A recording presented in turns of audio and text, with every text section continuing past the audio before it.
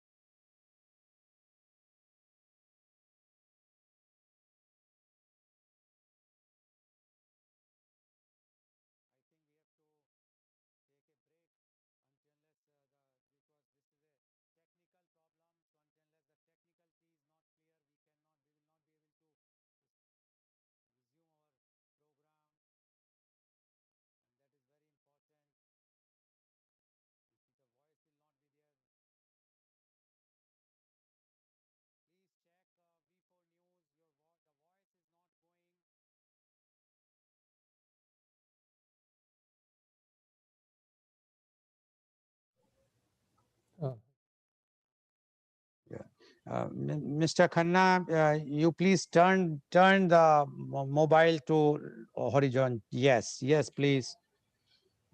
Just check. No, again you have turned it. Make it horizontal.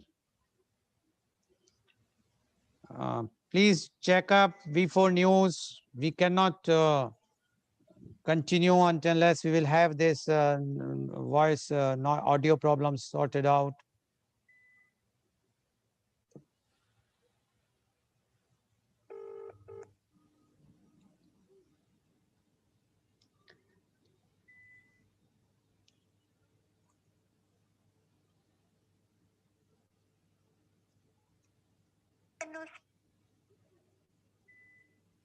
V4 News, please check. Voice is not there. Global TV, please check.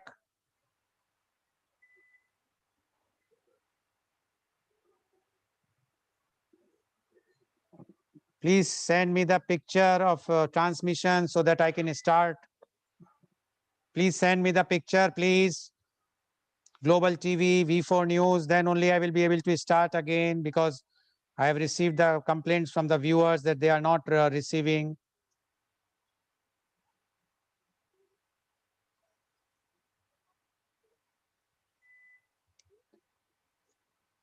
Waiting for the clearance from the studio.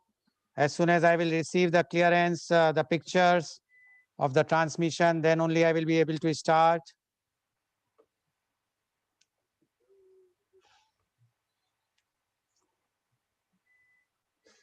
Send me the picture of the V4 News, please. Karna sir, you are on mute. Okay. Okay, now I am now starting. I think the problems have been sorted out. In case viewers, if you still feel there is any problem, just message, and so we will rectify, we will get it rectified. After all, it's a very important topic today. So again, I am going to start. Now the voice is clear. I received the clearance from the studio. So today, in the media conference with Lal Goel, which is brought to you by V4 News, Global TV, V4 Stream, Malnadu TV, News Gaon Se, Samvad Sarokar News, Organ Donation India Foundation, and Gyan. Our endeavor is to bring to you the latest topic every day. And today, as you all know, that our Indian cricket team is in Australia. So today after at 1:40 p.m. today only, the first T20 match is going to be played. So we have to say to them, CHAK the India. That is the topic. But before I will come to the topic, I would like to inform you that today the country is celebrating Indian Navy Day. Navy Day in India is celebrated on 4th December every year to recognize the achievements and role of Indian Navy to the country. 4th December was chosen as on that day. In 1971, during Operation Trident, the Indian Navy sank 4 Pakistani vessels, including PNS Khyber, killing hundreds of Pakistani Navy personnel. On this day, those who martyred in the Indo-Pakistan War of 1971 are also remembered. The Indian Navy has an important role in securing the marine borders of the country, as well as enhancing the international relations of India through seaport visits, joint exercise, humanitarian committee reliefs, and so on. The modern Indian Navy has undergone speedy renovation in order to improve its position in the Indian Ocean region. The strength of the Indian Navy includes over 67,000 personnel and about 150 ships and submarines. We wish you all a very happy Indian Navy Day. Now coming to our topic, that is CHAK the India. The India cricket team are currently touring Australia from November 2020 to January 2021 to play 4 tests, 3 one-day internationals ODIs, and 3 2020 international matches. India and Australia are perhaps the cricketing giants of today's world. The two national teams faced each other for the first time back in 1947 for a test match. That match was won by Australia. Over the years, India and Australia have faced each other many times. The test series will form part of the inaugural 2019-2021 ICC World Test Championship, and the ODI series formed part of the inaugural 2020-2022 ICC Cricket World Cup Super League. In February 2020, the Board of Control of Cricket of India, BCCI, announced that they wanted to play one of the test matches as a day-night fixture. On 22nd October 2020, the tour was approved by the NSW government, with Sydney and Canberra confirmed as the hosts of the limited over matches. 4 days later, Cricket Australia confirmed the fixture of the tour. On 9th November 2020, the BCCI announced that India's captain Virat Kohli had been granted paternity leave and would leave the tour after the first test match, with Ajinkya Rahane leading the team in Kohli's absence. Australia won the first and second ODI matches by 66 and 51 runs, respectively, to take an unaccessible lead in the series. India won the third ODI match by 13 runs, with Australia winning the series 2-1. Now, from today, India will be playing 3 T20 international matches with Australia. The first T20 international will be played at Manuka Oval, Canberra, on December 4th, that is today, from 1:40 p.m. IST. That is, say, about 3 hours from now. The second T20 international will be played at SCG Sydney on December 6th, that also at 1:40 p.m. IST. The third T20 international will be again played at SCG Sydney on December 8th, also at the time at 1:40 p.m. IST, that is Indian Standard Time. Indian cricket team lost 2 high-scoring encounters at the Sydney Cricket Ground, but they narrowly avoided the whitewash when they won the match by 13 runs at the Manuka Oval in Canberra. With this win, the Indian cricket team head into the T20 International Series high on confidence.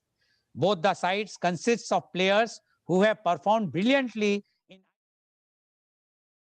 India and Australia have played 2020 internationals, with Virat Kohli's team winning 11 clashes, while Australia have won 8. One match each have ended with no result and abandoned. India have won 4 out of 6 T20 internationals in Australia since 2016, and they will be favorites heading into the series. Australia, on the other hand, have won 3 out of the last 5 T20 internationals against India in 2 previous series. Now, to discuss about today's performance or the future performance of T20 international, we have a very elite panel with us, 2 people who are very much expert in this field. And I would like to invite my first guest. He is Mr. Surinder Khanna. Mr. Surinder Khanna is the member of Indian Premier League IPL Council. Player.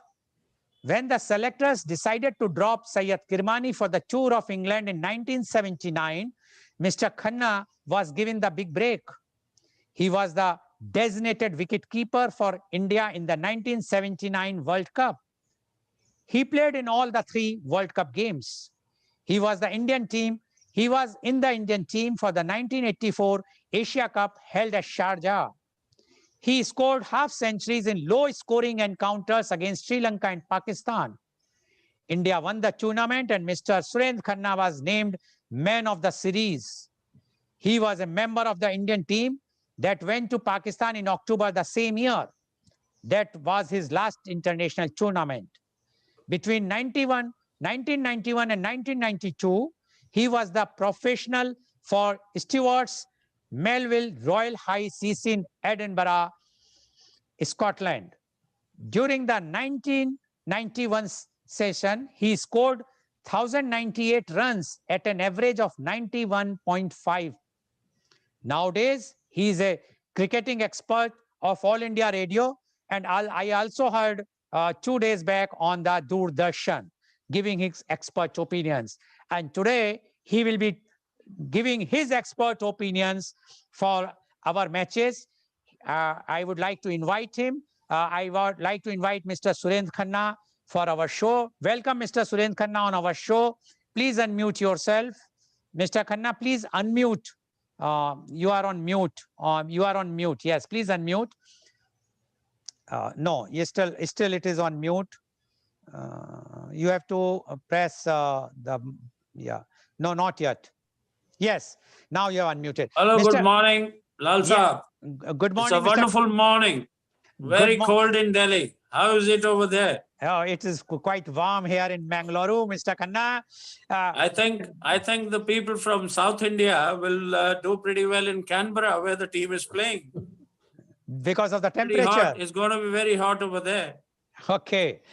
Thank you. Thank you, Mr. Khanna. Now, Mr. Khanna, as you have given, I heard yourself when you were talking on the Doordarshan as an expert, and you told at the time before the game started, and you said that we must not overreact because the other panelist and the anchor of the Doordarshan was talking about the defeat which we have faced in the first two international. And you were saying, continuously saying, please don't overreact. The game belongs to the person who is going to bat first. And in case if India is going to win the toss, and if India is going to bat, you will see the result. Although the other panelist was having some apprehension, but you were very, very clear. And India won the match. So we must say that you are a lucky mascot for the Indian team. And today again, you are on the global TV, V4 News, and other channels. And before the start of the match, because match is going to start at 1:40, our program is going to end at about 12 o'clock. So now we would like to know from you first anything if you want to say about the three internationals which we have played ODIs, and then definitely we would like to hear from you about the T20 matches which is going to start from today. Mr. Surendra Khanna, please. Well, thank you very much, Lal Saab, for your kind words.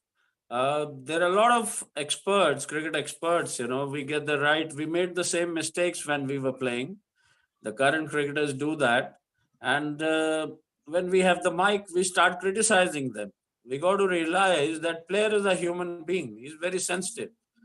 No player walks onto the park. If he's bowling, he doesn't want to get hit. If he doesn't take wickets, or if he picks up wickets, he wants to pick wickets. कोई ऐसा खिलाड़ी नहीं होता जो perform ना करना चाहता. And when he goes to bat, he wants to score runs and play well for the country and help the team with his performances and help the team to win. So everyone tries hard. But what happens is, in the first two games, what I observed that the mindset of our team was, first you have traveled from Abu Dhabi, Dubai, Sharjah to Australia. So the time zone changes as well. And you've been in quarantine, 14 days. Well, they were in the bio bubble. From one bio bubble to another bio bubble is that you're in the room and to the ground, and from the ground to your hotel room. So it's a very difficult kind of situation. And as an ex-cricketer, I understand that. And I was in Dubai during the IPL, Sharjah, Dubai, and Abu Dhabi. I had, observed very closely that this takes a toll on the psyche of the sportsman. You got to be normal, and then you go and show your talent to the people. And one heartening thing what I observed in the Australian series so far is the advent of spectators. When we had the IPL in UAE, there were no spectators. But here in Australia, spectators have been allowed by the Australian Cricket Board, and the Indian Cricket Board has also agreed to that. It's a very heartening thing. But I would only like to emphasize that the corona pandemic has really shocked the world, and a lot of people are dying. So we need to use the, the sanitizer and the mask which I am wearing, and now I can take that off, and the social distancing. So all those, if it's a family, they're sitting close by, doesn't matter, but they can wear the mask. It's very, very important. A message, social message, which goes from when you watch the stars or people on the television, they should observe this. This is very, very vital and important during the pandemic time. As far as our cricket is concerned, first two matches, all credit to Australia for outclassing India in all the three departments. I can't be overcritical, but the captain and coach, the team thought over it and they came with different plans. And I was always of the opinion that if you put runs on the board, it's a different ball game. From 20 overs to 100 overs, 20 and 20, 40 overs to 100 overs. When you are fielding first and the long boundaries in Australia, you made to throw, you made to run, you made with 374 and 390 plus scores by Australia, you have the tired legs when you go into bat. But still, we scored over 300 plus. That was a very heartening thing. So I was of the opinion, as a cricketer, I thought if we bat first and put some pressure on Australia, so the question of winning the toss comes. So law of averages, I thought out of three, Kohli will win one. And I was lucky with that prediction. He won and we won the match as well. But all credit to Hardik Pandya and Jadeja for putting that great partnership. Like oxygen is a very important part in pandemic. So their partnership was like an oxygen to the Indian dressing room. And then 300 plus on the board, Australia came into bat. There was something in the wicket as well, because there was a storm in Canberra prior to the match the previous day. I'm sure they must have covered the wicket. Some moisture must have been there. We saw the Australian bowlers also troubling Kohli, the debutant Green. He dug the ball in and made the ball seam off the wicket, and Kohli was thrice hanging his bat. So that gave me the confidence, and I'm sure that must have given Kohli and his team the confidence, Bumrah and all, that once they have 302 on the board, they're going to test Finch and Party, and Warner was not there. तो कुल मिला के performance team की है, हमने अपनी जो है समझ के हिसाब से अंदाजा लगाया, और वो भारतीय टीम ने, the Indian team, proved me right and proved themselves right that 3 matches, the side which won the toss won the match. Australia won the toss in the first 2 games. India won the toss in the third to salvage some pride. They played some very good cricket, fighting cricket. And that momentum, I'm sure, will help them in the T20s. But T20s, again, is a different ball game. And Australians, I must say, one thing about them. In their own den, when kangaroo's tail is up, it's very difficult to catch them. That's the phrase. So it's very, very vital that we don't take them lightly and don't be overconfident that we beat them in the last one day. We're going to win. You got to play 40 overs, 20 overs batting, 20 overs fielding, bowling with precision. Outclass them in every department. Your fielding has to be top class, like we did in the third match. You're bowling in the right areas, not too many wides, no balls, the lesser extras, and batsman who gets in, he should score a big one. He shouldn't let go of the opportunity that he gets a quick 30 and throws his wicket. The shot selection has to be very good. And I hope that we've played good cricket in IPL, our boys, and that will hold them good in the T20s. I wish them luck, and we got to see what kind of wicket they play on. Canberra, I'm sure they know the surface since they played the last game over there a day before. So they'll be well prepared. So I'm looking forward to the encounter. It's wonderful beginning, and it's a long tour. They need to keep themselves fresh, fit mentally and physically. And this bio bubble thing is that puts a lot of pressure on the cricketers. We must understand as spectators and supporters of Indian team and Australian team. Both the teams go through this. It is a very, very stringent regimen, I tell you, that when you're living at home, it's a different ball game. You're free in the evening, but here it's like a jail. From the ground straight away to the 4 walls of your room. It can be very, very, heartbreaking at times as well if you're not doing well. When you're performing well, everything is all right. So I look forward to, Arjit will have his own views, He always comes up with the brilliant perception. His perspective, I respect. Being a Fauji, आपने navy day की बात की, उन सबको मुबारक. कल वकीलों का दिन था, नेशनल लॉयर्स डे था. तो हर दिन जो है किसी भगवान का होता है और किसी ना किसी, और ये भगवान ही होता है. जो हमारा काम है वो हमारा भगवान है. So I wish them Navy and services all the very best. और अपनी इंडियन टीम को कि वो अच्छा खेलें, and we have a great encounter to watch in the afternoon. Okay, thank you very much, Mr. Khanna, for giving such a heartening and positive views of about the today's. That's why our topic is CHAK the India. Now I would like to invite my next guest, and he's Wing Commander Arjit Ghosh. Wing Commander Arjit Ghosh is the former Ranji Trophy cricketer, served in Indian Air Force for 24 years. He commanded 4 Air Force units, holding sensitive appointments at top-of-the-line fighter bases close to the Indian border, both in the northeast and in the western desert. He is qualified coach from the BCCI National Cricket Academy.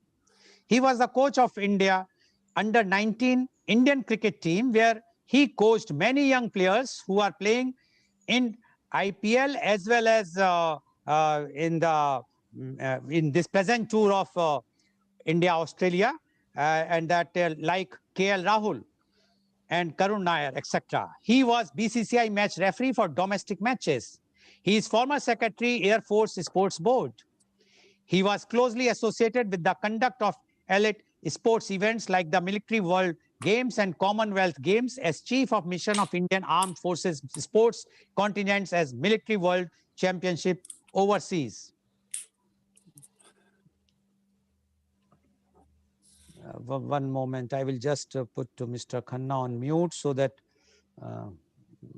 I will be able to speak. Sorry. He was the Asian representative on jury of appeal drawn from the 4 continents at Military World Championships. He was the chief operating officer of one of the biggest and best boarding schools of the country, where he also headed an academy of sporting excellence for young children with 35 trained sports coaches, including foreign coaches. His achievements are: he played 5 sessions of Ranji Trophy between 1987-88 and 1994-95. One amongst a handful of brothers who hold an international record of having scored hundreds together in the same innings of a first-class match. He captained the Indian Air Force cricket team. He represented the East Zone University's team in the Vizzy. He recently wrote in one leading English magazine about India versus Australia one-day series. I quote, "Even though the two captains were on the same team in the IPL, a yawning gap seemed to have opened up between the sides by the end of the second ODI, as India looked beaten and devastated, proving yet again that while IPL T20s may have intensity and top-class players, an ODI with its 100 overs, not to speak of a test match, is a completely different ball game when compared to performing in a stateless T20, unquote." Now, I would like to invite Mr. Arjit Ghosh on my show. Mr. Ghosh, you have heard what our legend, Mr. Khanna, has spoken. And I consider him as a lucky mascot for us, because he was the person who was speaking before the third ODI, and we won that match. So I'm sure that today also he must be a lucky mascot for us, and we must win the match, which is very important. And as he has mentioned very clearly, because of the from one bubble to the other bubble, and because of the time zone difference and the long boundaries, and because we are played after the quarantine, the lockdown period, first only the T20 and then going for the 100 overs match, it's not that easy to accommodate and to become so that we can play the natural game of ours. Now, we would like to know from you, although the topic is CHAK the India, your views about today's and the future T20 international match between India and Australia. Wing Commander Ajit Ghosh, please. Good morning, Lal Saab. Thank you for having me on the show. Good morning, Khanna sir. Pleasure to hear from you as usual. And a very warm welcome and good morning to all the viewers, and a very happy Navy Day to all my friends from the Indian Navy. Uh, I completely agree with what Khanna sir said about T20 being a completely different ball game from the one-day internationals that we were playing just now. And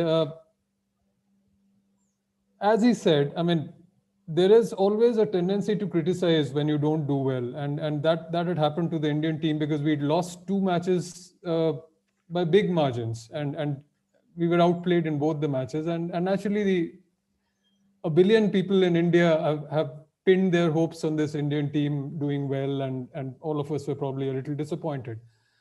But it's very important to understand that, as Khanna sir also said, that cricketers are all human beings. It's not that if you're a highly paid professional, it doesn't automatically make you a superhuman. So if you have gone from one environment to another environment, you will take some time to settle down into the new environment, and it will take you a little bit of time to get into the rhythm, into the flow of things, which is what happened on this tour.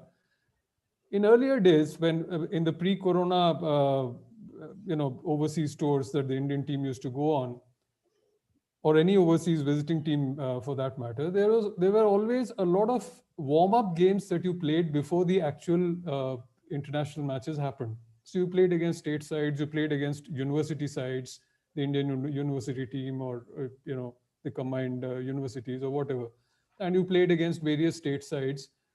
So there was a gradual easing into the tour for a visiting team.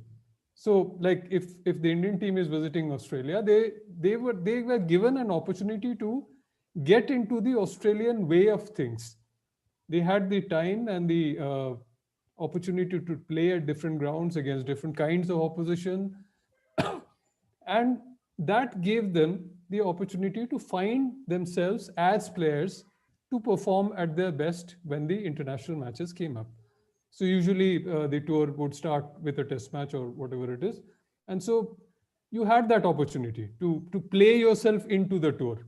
Now, in these post COVID-19 tours, what has happened is they become so tight that you just go there, you finish your quarantine, and you're straight away playing the first one-day international or the first test match or whatever it is. So you're directly going into an international match without having played any kind of cricket for the previous 7 or 8 or 9 months. Now, in the case of this Indian team, they had not played a 50-over match or a 100 overs match, as Khanna sir says, in a day for over 8, 9 months.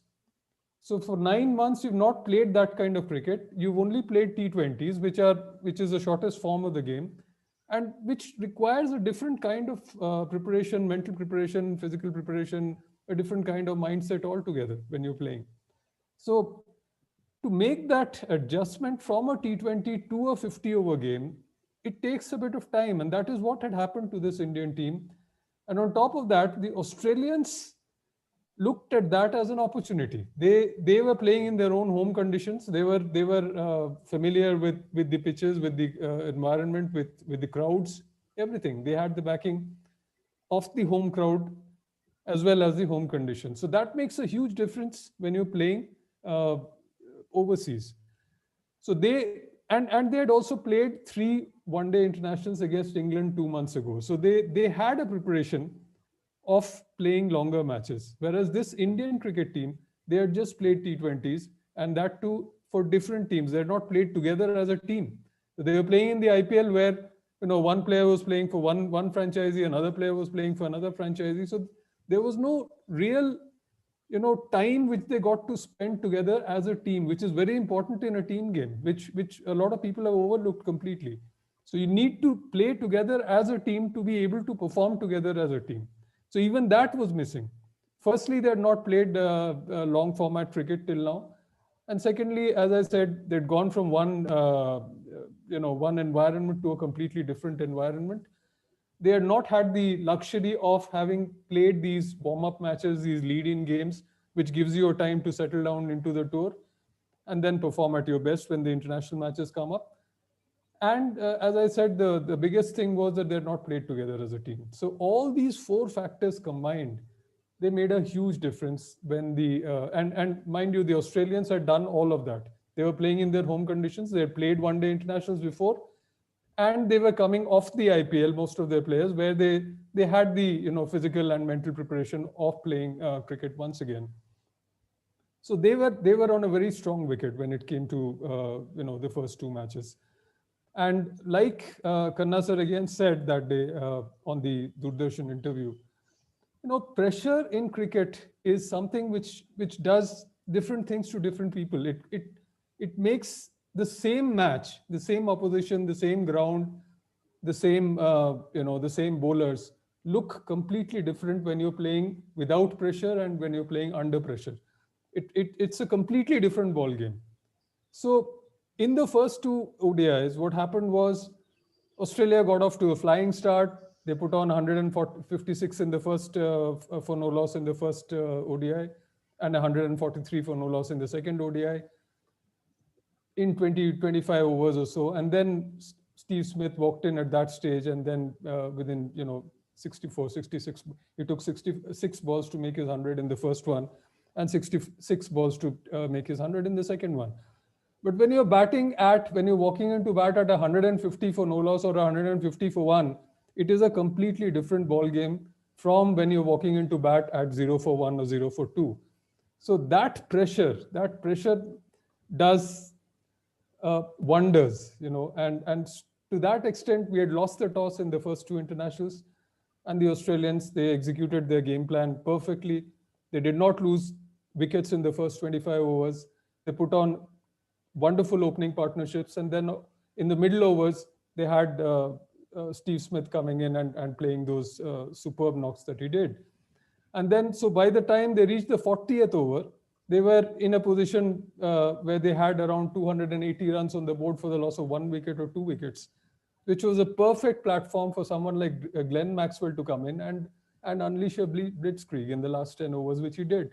And he scored at the rate of 14 runs in an over in the first ODI, and around the same in the second ODI as well. So the last 10 overs in the first ODI went for 110 or 112, and in the second ODI it went for 114.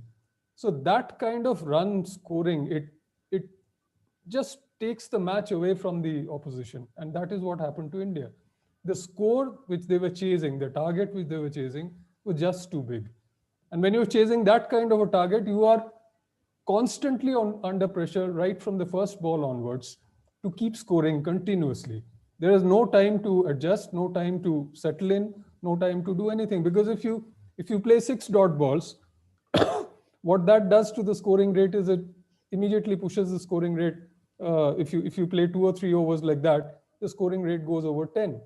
And this is over a period of 40 or 45 overs. It's not just, a scoring rate above 10 for a period of 5 overs or 4 overs is completely different from a scoring rate above 10 and asking rate above 10 over 40 overs. So that puts a lot of pressure, and you have to keep playing shots. You have to keep taking risks. And when you take risks, you'll have to, there's always a chance that you'll get out.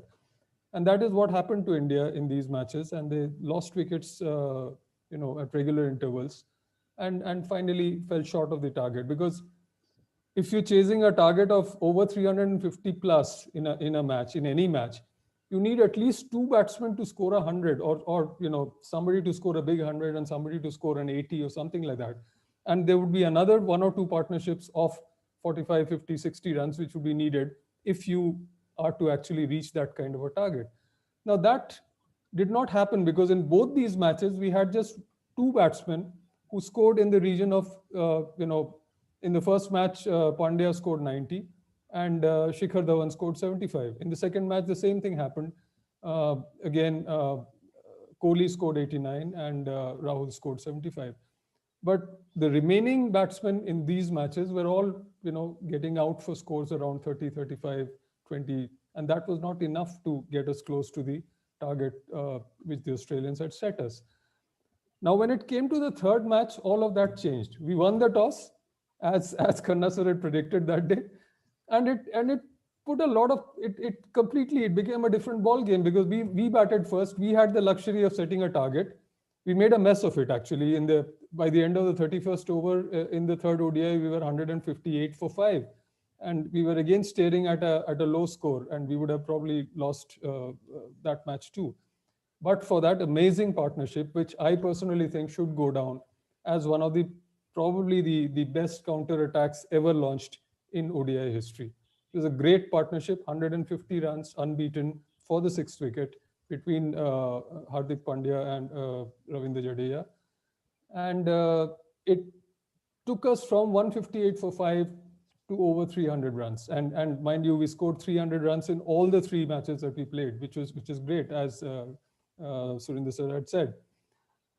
So that left Australia under pressure for the first time in the series. They had not been under pressure because they, as I said, the opening stand was 150 runs. The next batsman coming in was coming in at 150 for 1.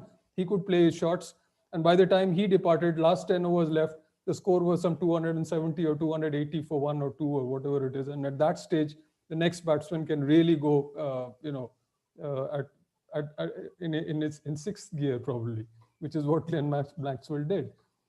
But here, you were facing a target of 300 plus, and within the first 5 overs, you had lost one of your top batsmen. Labuschagne was out for 7, and then Smith followed for 7. So that put huge pressure on the Australian batting, because these were the 2 best batsmen that they had probably in the lineup in the absence of Warner. And both of them had gone for 7 apiece. And again, that in the first 2 ODIs, we had not been able to take any early wickets. So we were not able to make any inroads into the Australian batting. In this one, because of the pressure probably, and probably our own luck having changed a little bit, we were able to take those early wickets and put the Australian batting under pressure. And from then onwards, it was just the same thing which had happened to India. Wickets fell at regular intervals because of the pressure. And at the end of the 31st over, Australia found themselves in exactly the same position as India at 158 for 5.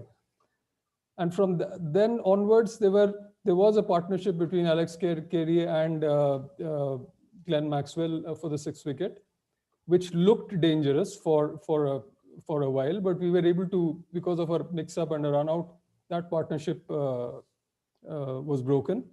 And then later on, the biggest change that happened in this game was that Jasprit Bumrah rediscovered his finesse with the ball again.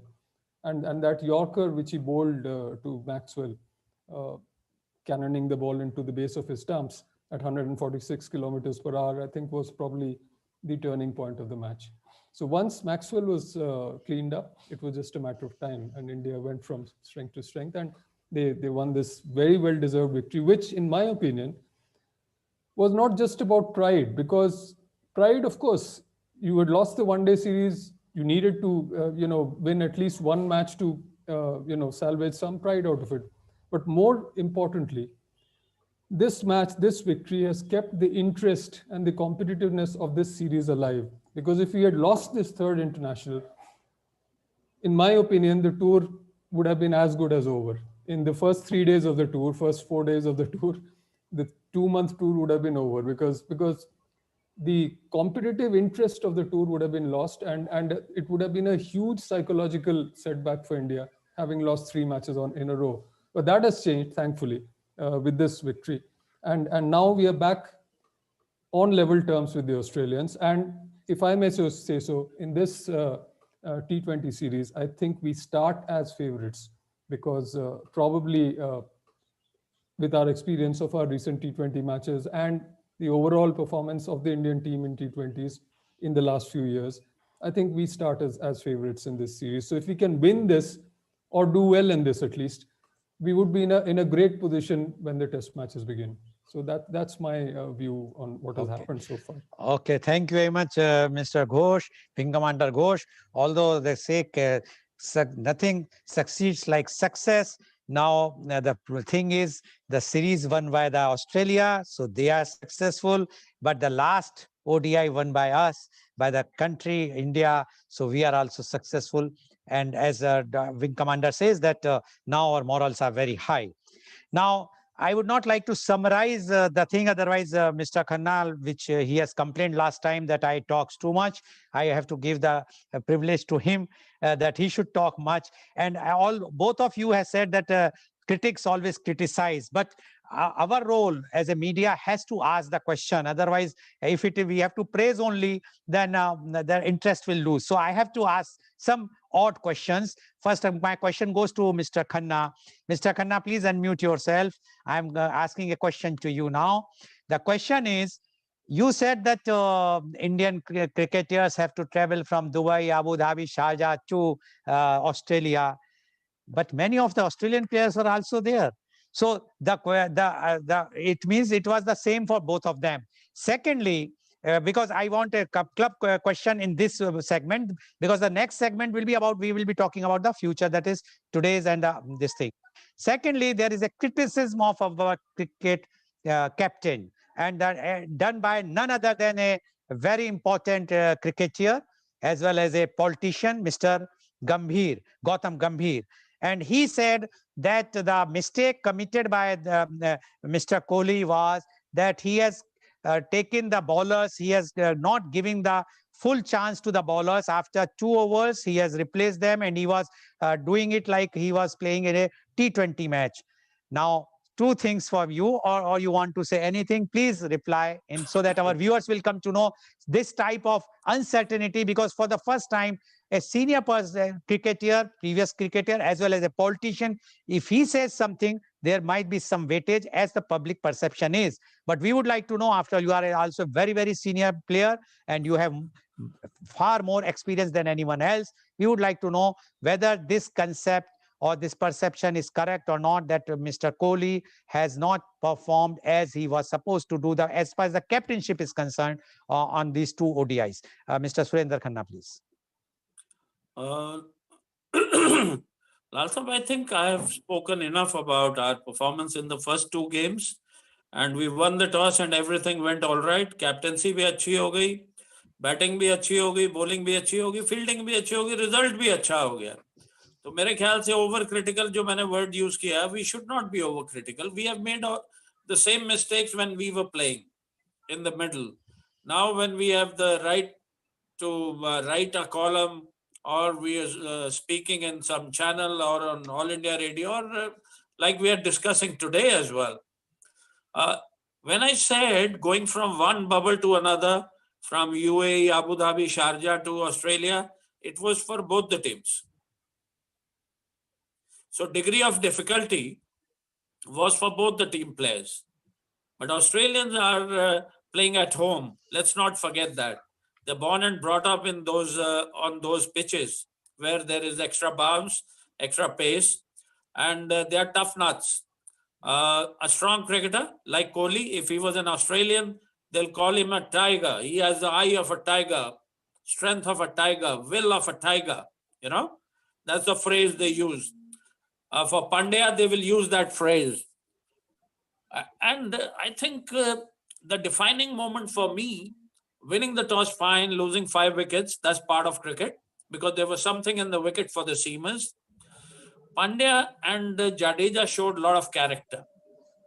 The need of the hour was to not lose the wicket and score the runs, which is a very, very difficult proposition. I would like the listeners and the viewers to understand there was no recognized batsman after them. And the main batsman got out. They had the responsibility to score runs as well as retain their wickets, which is a very, very difficult situation to be in. And I must give credit to both of them for showing that maturity. Their running between wickets was outstanding. Hardik Pandya normally plays in the air. He only hit 1-6, played 76 balls, scored 92 not out, 7 or 8 boundaries, and the running between the wickets. Jadeja hit 3 sixes, 4 boundaries. There, like in bowling, we use a phrase that fast bowlers bowl well in tandem, and spinners also bowl well in tandem, like Zampa and Agar did for Australia. 10 overs, 42 runs, 10 overs, 45 runs, or 23 dot balls as well. But here, Pandya and Jadeja were outstanding, and that partnership, when it happened, it gave that oxygen to the Indian dressing room. Their body language, which wasn't very good in the first two games, we were very critical of them, everyone. I wasn't, because I knew if we bat first, we put 300 on the board, Australians will be struggling as well. Our bowlers will be fresh, they will be pounding on them, and when you have runs to defend, it becomes a different ball game. And the result happened. So we should not harp too much on that. This present circumstances, overall, the situation of pandemic corona, it's a very, very difficult situation to play sports in. And it's very heartening that 10, 15, 20,000 people, I don't know the exact number, how many have been allowed by the Australian Cricket Board. They are coming in, and they also add a bit of oxygen to the cricketers, those who perform on the ground, in form of cheering for them. Sometimes when you are down on the boundary and somebody says a few good things, a few bad things, they charge you. And you are able to perform better, because after bowling, you have to go back to the fine leg or the third man where you're fielding. And overall atmosphere over there and the momentum we have gained by this win will do wonders. And as far as somebody criticizing Kohli and Indian team, I would say that we should support our cricketers in this special circumstances that they have gone to play cricket for India. We should support both the teams, and we have played this game enough to know that what we go through when we play in the middle. It's very easy to criticize. It's very difficult to go and perform when you don't play any practice matches before playing the one days or the T20s. Normally, when you tour abroad, you get to play 2-3 practice matches to acclimatize yourself to the pitches. You may practice any amount in the nets. You may train any amount in the gym. But when you come in the middle, the intensity of competing is very, very high. So there is chance of injury as well, you know. So I personally feel that we give the boys some time, this momentum with the victory. They will do well in the T20s. And then we have the 4 test matches as well. It's a long tour. And Australians, Lal Saab, मैं आपको एक बात बता दूं, जैसे पाकिस्तान और India का होता है, हम अगर पाकिस्तान जाते हैं या दुबई में भी खेलें, शारजा में, अगर हम वहां पे हारते थे मैच, तो देन लॉरिये और ये जो है ना, दे रब इट इन. Australians भी जो हैं, if you don't win in Australia, the hotel you go to, the taxi you sit in, the coach driver, they will all rub it in. It becomes very difficult. Not only on the ground you hear their remarks, which are in friendly nature, but they really rub you hard. So it was a great win.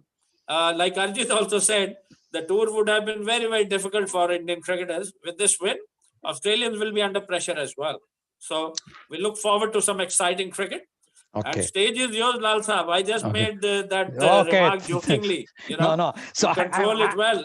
I'm also returning this in joking in lighter vein only. Thank you very much, Mr. Khanna. Now my question to Wing Commander Ghosh. Wing Commander Ghosh, again a question which I have to ask, otherwise the question is, you said that we have gone there without any practice.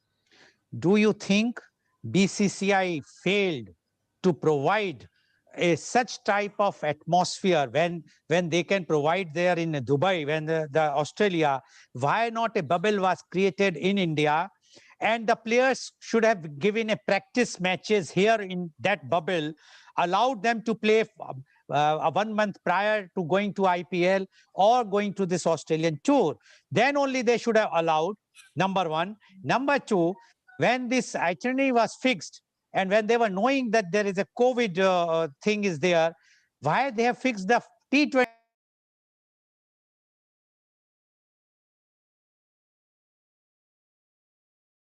They were going to, after playing the T20, we should have played T20 first, and then ODI, and then the test match. Instead of ODI first, then now T20, and then now we are going for the test match. And the third question, I want to club it so that now next segment, I will not talk about this. The injury of Rohit Sharma. Once it was declared that Rohit Sharma is injured, he is unfit to play in the cricket, our Australia tour. But he was seen in the IPL final Do you think money is more important than the nation pride? Mr. Wing Commander Ajit Ghosh, please. Uh, Coming to that first question of yours regarding what the BCCI should have done with regard to the preparation of the Indian team prior to this tour. You see, practice matches, they were played. They have played because in every training session of a team, you have something called as a match simulation. So where a situation, two batsmen are batting together and there are 11 fielders who are playing, and it's like a normal match, but it's a simulated match environment where you're told that okay, you have to score 30 runs or 40 runs in the next 5 overs to win this game, and there are 11 fielders who are there on the ground and the bowlers are bowling at you. But that it may be like a match simulation, but that doesn't actually give you the real feel, the intensity, the competitiveness of a real match. So it was not possible for the Indian team to play these matches. They played a lot of these match simulations. They've had a lot of these match simulation sessions. They played amongst themselves. They made the why touring parties are so huge nowadays. The Indian team in Australia, there are 32 members in it. Usually, in earlier days, when a team went overseas, there would be maybe 16 people or 15 people in a touring party. Now you have 32, 33 people or even more in a touring party. Why that is happening is, of course, nowadays there are different teams for different formats. That is one reason. The other reason is that you need to play your matches amongst yourselves only because you cannot play outside because of the COVID situation. And so you make up your own teams, 5 people from this side, 5 people from that side, and you make up an 11 and you play against each other. But those matches, again, are not of the same intensity, not of the same competitiveness of as a match which you would be playing against a team from outside. So even though we played all those matches, the BCCI made all those arrangements for the team for playing those practice matches, but they were not of that intensity which would prepare a team for a one-day international or a test match. So that's the reason why we keep on saying that this team was short of match practice and they didn't. What we mean is that they did not play competitive matches. They played matches amongst themselves. They played practice matches. But competitive matches are a completely different ball game. Again, as I said, like if you're going to bat at 150 for one and you're going to bat at 0 for two, there are two completely different ball games. Even though the match is being played on the same ground with the same opposition, the same bowlers are bowling at you in the same circumstances, probably environment. Even then, it's just because the score line is different, the pressure is different, it becomes a different ball game. So these matches, the practice matches, can never really compare with competitive matches. And therefore, however much as you practice, as Khanna sir said, however much you practice, however many practice matches you play amongst yourselves, however much you train in the gym, when you finally go out to walk, when you walk out to bat at, say, the Sydney cricket ground in front of, whatever, 25, 30, 40,000 fans now, it is a different thing altogether. It is a completely different thing. And that pressure, that pressure of playing for India against Australia, that is completely different of playing between, say, Ravi Shastri's 11 and Virat Kohli's 11 in a practice match. So that made a huge difference. Coming to Rohit Sharma's injury, now I am not really privy to what exactly happened there, but I'm sure what he did was that he felt comfortable enough to play the IPL final because, again, a T20 match is a completely different situation compared to a 50-over match or a test match. It calls for different levels of physical fitness. So what you can do, like a bowler, like say Hardik Pandya bowled 4 overs that day in the second one-day international.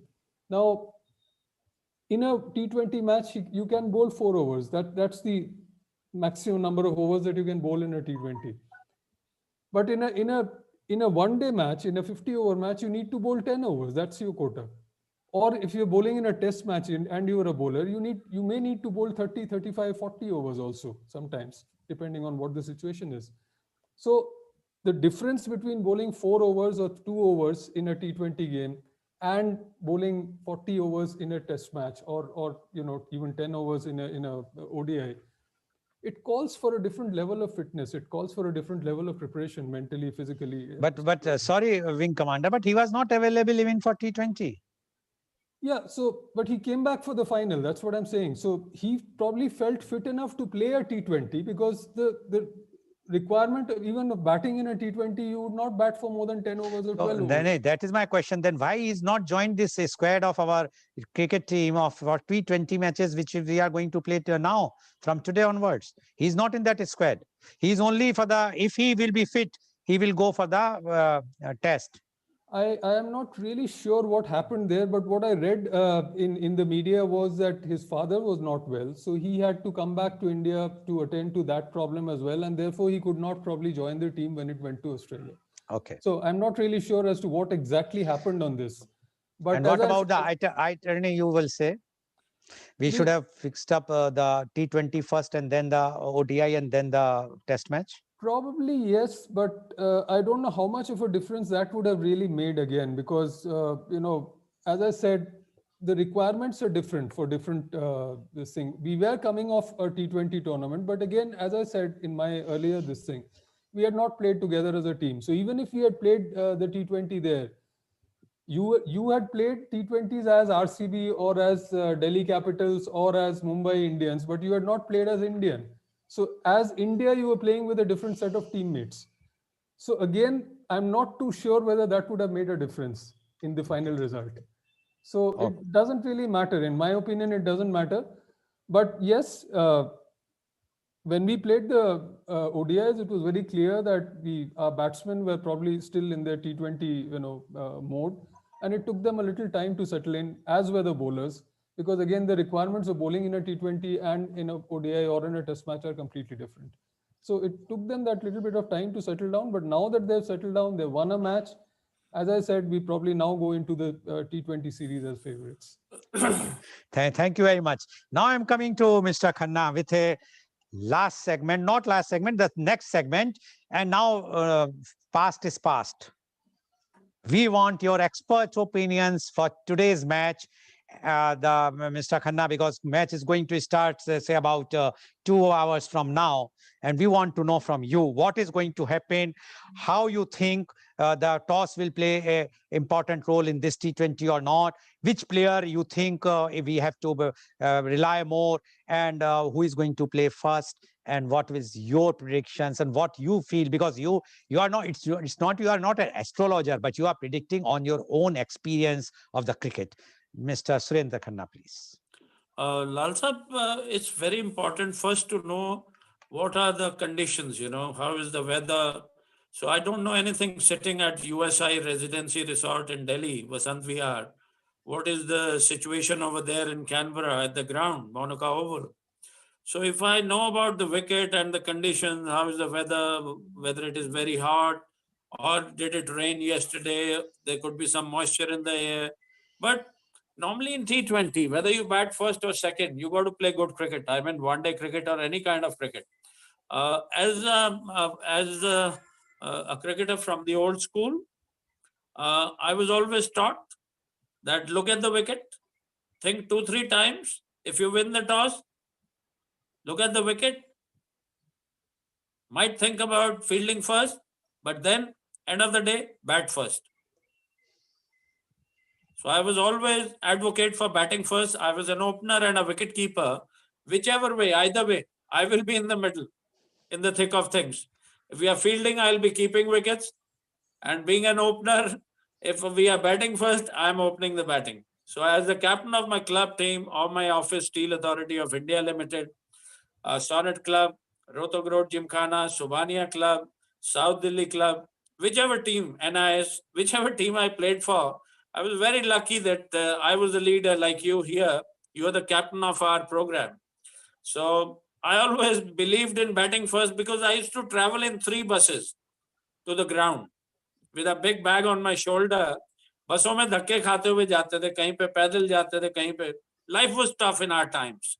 So मेरा मानना था कि भाई 1.5-2 घंटे सुबह 5 बजे उठ के मुद्रिका सेवा पकड़ी, फिर आगे चेंज की, गाजियाबाद खेलने जा रहे हैं तो पहले रेलवे स्टेशन जाओ, फिर वहां से ट्रेन पकड़ो, फिर वहां उतरो, फिर रेलवे लाइन के साथ साथ जो है एमएमएच कॉलेज गाजियाबाद पहुंचो। तो जाते ही वार्म अप होते थे हम, सीधा टॉस जीते, पहले बैटिंग जी, पहले बारी। तो I have always advocated that, but different people have different views about that. Yes, if I have Kapil Dev in my team, Glenn McGrath, Michael Holding, and there is grass or moisture on the pitch, then I can field first also, because my wicket keeping में भी 5 catch ले सकता हूँ फिर. So I had the option to field first as well, but 99.99999%, 100%, I batted first in my career wherever I played. Whether you bat second, you have to play the same bowler. तो बेहतर है कि fresh pitch के ऊपर you play first and put runs on the board and then put the opposition under pressure. And the way I look at things, the momentum Indian team has gained will help them. But what 11 is going to play? Because there are few changes in the T20 team. Specialist T20 players will get an opportunity. So start, whether it is test match cricket, whether it is one-day cricket or T20 cricket. You bowl first, your seamers need to deliver, either pick a wicket or bowl, not concede too many runs.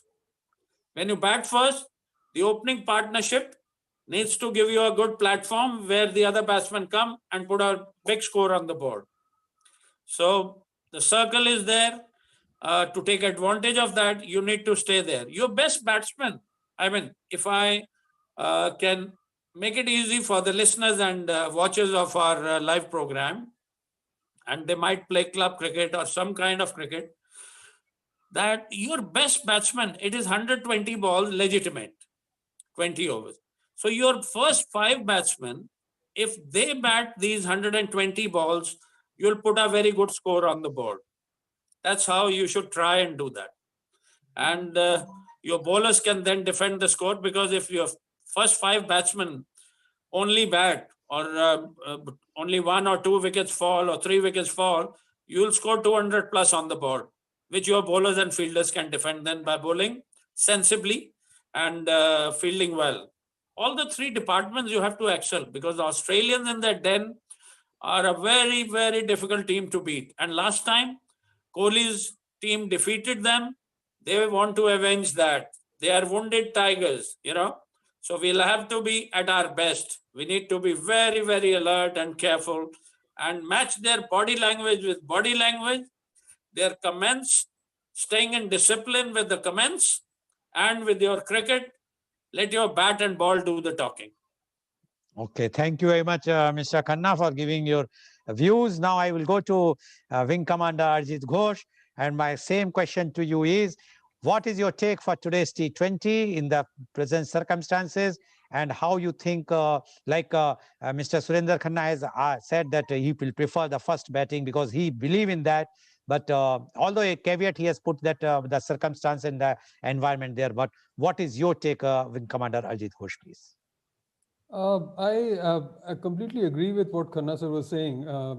It's always good to bat first and put up a total on the board. And if you can put up a big total, preferably, the opposition is under pressure, and it becomes a much easier game for you to win in those circumstances, as was demonstrated in the third ODI.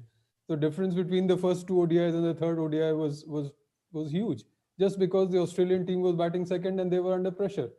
So it always makes sense, unless the wicket is wet, as he mentioned, unless the wicket is wet or there's grass on it and there's fog or mist or something where the ball is really moving around. Unless it's circumstances like that, if you have a sunny day, you have a flat batting wicket, which is usually what happens in a T20, you have good batting wickets. If it's a sunny day, it always makes sense to bat first. And like he said again, if your first 5 or 6 batsmen can put up a total on the board which is somewhere close to 200, if not in excess of that, you are on a great wicket to go on to a win. So that is what I would also like to see happening today. That if India are lucky with the toss once again, They, ideally speaking, I don't know. I'm also not really aware of what the conditions are there out there in Canberra today. But then, ideally, if it is a good wicket, if it's sunny weather, it would make sense to bat first. And with the confidence that we've gained from the last ODI, go on from that, flow on from there, and put up a big total on the board. Like the BCCI president Saurav Ganguly had said before the tour, when he was asked who's going to win, he said whichever side puts runs on the board will win. So that's a very, very sensible, simple answer to that question. That cricket is all about putting a big total on the board, putting the other side under pressure, and your bowlers then exploiting those circumstances, and your fielders, obviously, because fielding is such a hugely important part of T20s, and those half chances which you take or the boundaries which you save, that they make a huge difference to the result in the end. And if you look at that catch which of Virat Kohli in the second ODI, when he and Rahul were batting together, and they were about I think they were about 10, 12 overs to go, and they needed about 140 runs. And they'd already put on 72 runs or so for that partnership between these two players. And they were going well. Now, if they were allowed to have, if they could have batted together for another 10 overs, who knows, we might have won that second ODI as well. But what actually happened was that Virat Kohli played a shot towards mid-wicket a little uppishly. And Henriquez, he was fielding there, and he just simply launched himself in the air and took a catch in mid-air while he was horizontal to the ground, and he took it with both hands, which is amazing. I mean, normally in such circumstances you take catches in one hand, but he was able to, like a soccer goalkeeper, he was able to fly through the air, and while he was still airborne, horizontal, parallel to the ground, he was able to get both hands to that ball. It was and he on took his that left. catch. It was on his left. Yes, it was on his left, which is He's always a difficult. right-hander. Yes, so it's always difficult for a right-hander to go for a catch on the left, and he made that catch, and that was, in my opinion, that was probably not even a half chance. It was probably a quarter chance, and he converted that into a catch. And because of that wicket, Kohli had to go at that point of time, and the Indian team lost that match. So that is the same thing which would hold good in T20s also. If you can convert your chances, if you can take your half chances, if you can prevent boundaries, make a four, turn up a boundary into a 2 or a 1 or something like that. Those are the things that finally win you a match. So those things, we should not become complacent from the victory that we had in the last match. We should take that confidence. We should go forward with that confidence, but we should not become complacent. And as Khanna sir said, Aussies in their own den, they're inherently aggressive cricketers, and in their own backyard, they're a completely different side altogether. So we cannot take them lightly. And we probably have an advantage in T20s, which should be able to capitalize on. And preferably, ideally, if we could bat first today and put a big total on the board, I think we should be on a good wicket, and the fielders and the bowlers would then need to deliver. Okay, thank you very much, Wing Lalsan, Commander. before you bowl a googly, I would like to add to my previous this thing and Wing Commander's knowledge of reading the game well.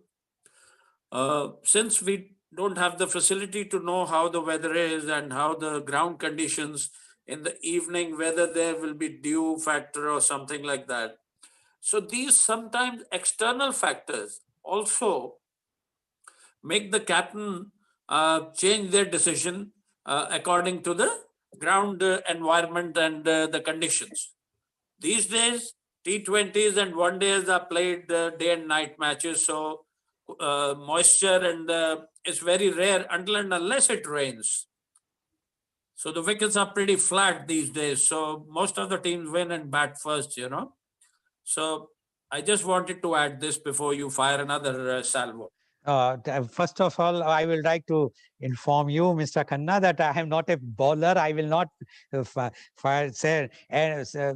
throw a googly to you, and especially it's a Navy day. You might fire something else. Thank you for the compliments. Now, my question to you is: there is a choice, because now the 16 team has already been announced, squared. Now, if we will go talk about the bowlers, because the bowling department was, as everybody said, that it was not up to that mark. And now we have a choice between Jasprit Bumrah, Mohammad Shami, Navdeep Saini. Now, are we going to have two of them, all of three of them? Then we have the choice of Chahar. We have this one, Chahal is also there. So how many bowler you think they are going to take in this T20 this time? I think in T20s, the captain and the coach go for all-rounders because 120 balls, like I said, you require people even at number 9 and 10 to hit the ball out of the park as well. So if Ravi and Virat has the luxury of having such players who can contribute with the bat, they will have the advantage of coming into the 11 and who are fit 100%. That's another thing. And since I don't have access to all that, it'll be very difficult for me. But generalized, I'll tell you, if I have to pick the best 11, I look at the wicket and the fitness and the opposition.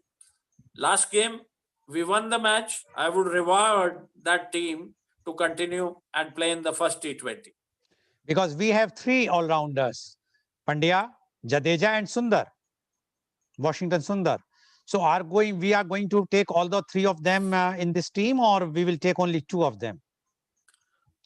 Like I said, Washington Sundar is a youngster, and I haven't seen him bat much in the last 1 year or so. Whenever he got an opportunity in the IPL games, once he was promoted ahead of De Villiers. De Villiers came number 6 for his club team, and Washington Sundar came number 3. So, well, the coach in a club team has different confidence, like Vijay Shankar also at one point in the World Cup played number 3 and had never played number 3 for his state or any club side. So, certain things happen. Once the 15 or 16 are there for the captain and coach to select, they'll go for the best, seeing the conditions, seeing the wicket and the Australian opposition for T20s. Okay. Mr. Ghosh, Wing Commander Ghosh, about the batsmen now. The batsmen are Shikhar Dhawan, Mayank Agarwal, KL Rahul, and Sanju Samson, apart from definitely the captain, Kohli, and Shreyas Iyer. Now, what you say about the batsmen? We said we have a very class batsman, no doubt about it. To select, as Mr. Khanna rightly said, we have a good team. Now, to select 11 is also not an easy task for the captain and the coach. But as Mr. Khanna mentioned about the circumstances, the environment and the temperature and the pitch condition, but what you say if you have to select the team? I think, if I may agree with what Khanna sir said, having won the last match, I would try and retain as much of that 11 as I can in the T20. I mean, everyone who is in the T20 squad, I would like to see them playing today, for the simple reason that they have played the last match, they have the confidence of having won the last match, having done well in the last match, and they should go into this match with that confidence, which was just of a match which they played just 2 days ago on the same venue, mind you, probably the same wicket as well. It might be the same wicket, it might be a different strip, but it would be generally the same conditions. So out of the last ODI 11, I think about 8 or 9 of them are in the T20 squad as well. So they, in my opinion, automatically select themselves for the T20. You'd only be left with 1 or 2 places where you may need, if you wish, you may need to bring in a new face or you may need to make a change. But yes, as far as the all-rounders are concerned, I think Jadeja did a great job in the last match. Pandya did a great job in the last match. So obviously they would retain their places, although Pandya has not really been bowling, although he did bowl in the second ODI. So the all-rounders place would be, going to those players, in my opinion, again. And as far as the spinners, the pure spinners are concerned, there's only Yuzvendra Chahal who's there in the team as a spinner. in the T20 squad. So he probably gets an automatic selection into the 11. So he and Jadeja, they would be the spinners today for us mainly. And as far as the medium pacers, you mentioned Navdeep Saini, and I think Natarajan bowled well in the last match. He got 2 wickets, and although he went for almost 70 plus runs, but I think he probably also deserves a chance uh, in the first T20 to establish his credentials. As far as the batsmen are concerned, as I said, most of the batsmen who played in the last ODI are there in the T20 squad as well. So they will automatically select themselves. There could be a clash between Mayank Agarwal, Manish Pandey, and between these two people. So that would be a toss-up because, in my opinion, both of them are equally good players. So Mayank Agarwal has the advantage of having played in these last two ODIs. So maybe Okay. that might go in his favor.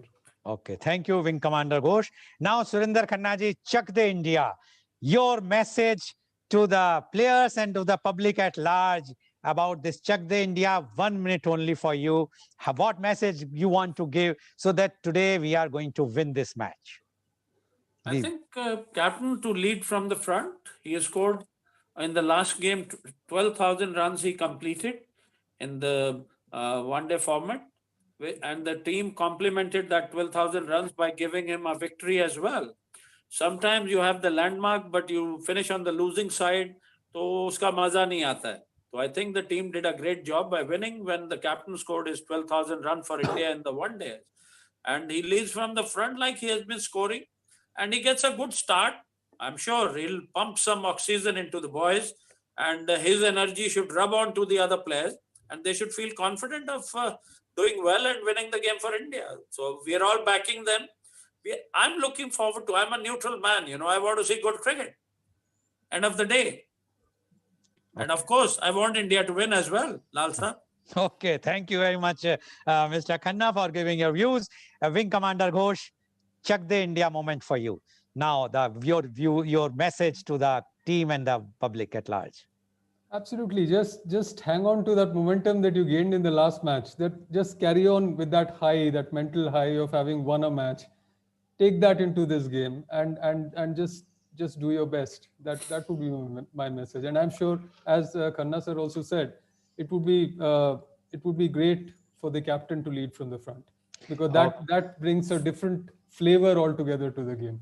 Okay, so now, because now the time is such that it is only about 1.5 hours or a quarter to 2 hours when the match is going to start.